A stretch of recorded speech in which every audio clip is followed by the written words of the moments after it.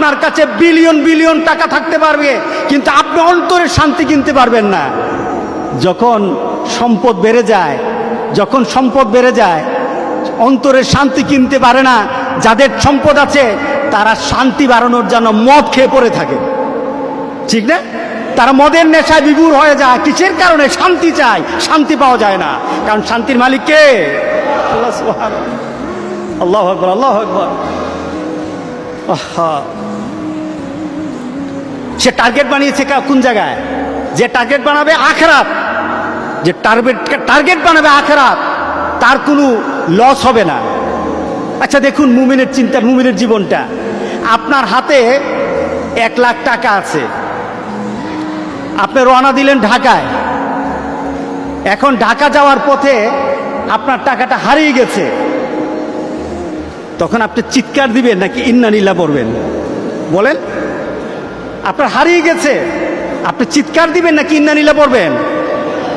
যারা দুনিয়ার চিন্তা করে এবং দুনিয়ার সম্পত্তি তার কাছে বড় হয়ে দাঁড়ায়, যারা দুনিয়ার সম্পদটাকে আখিরাতে ট্রান্সফার করতে চায় না। আমাদের প্রত্যেকটি জিনিসকে আখিরাতে ট্রান্সফার করে দিতে হবে। আমি খেতে বসি, বিসমিল্লাহ বলে খাই, আলহামদুলিল্লাহ বলে শেষ করি। তার মানে কি? খাওয়াটা শেষ হয় নাই, আমার আল্লাহ শুকুরের মাধ্যমে, শুকরিয়ার মাধ্যমে এবং বিসমিল্লাহ বলে আরম্ভ করার মাধ্যমে আমি আমার খাদ্যটাকে জান্নাতে ট্রান্সফার করে দিয়েছি। আমি যখন ঘুমাই, আমার ঘুমটাকে আমি মনে করি যে আমার দেহের জন্য নয়, আমি আমার ঘুমটাকে দেই আমার শরীরটাকে তাজা করার জন্য, শরীরটাকে সুস্থ করার জন্য। কিসের জন্য? আমি যেন তাহাজ্জুদের নামাজটা পড়তে পারি।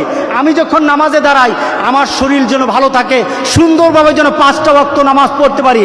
এই শরীরটাতে এনার্জি আনার জন্য আমি ঠিকভাবে ঘুমাই। এই ঘুমটাকে আল্লাহ সুবহানাহু ওয়া তাআলা জান্নাতের ঘুম বানিয়ে দিবেন।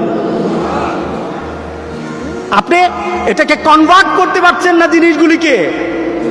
আল্লাহ সুবহানাহু ওয়া তাআলা তোমার অন্তরে শান্তি বানাতে চাও, তোমার অন্তরটাকে তুমি ধনী বানাতে চাও, অন্তরে ধনী হন, অন্তরে ধনী হন।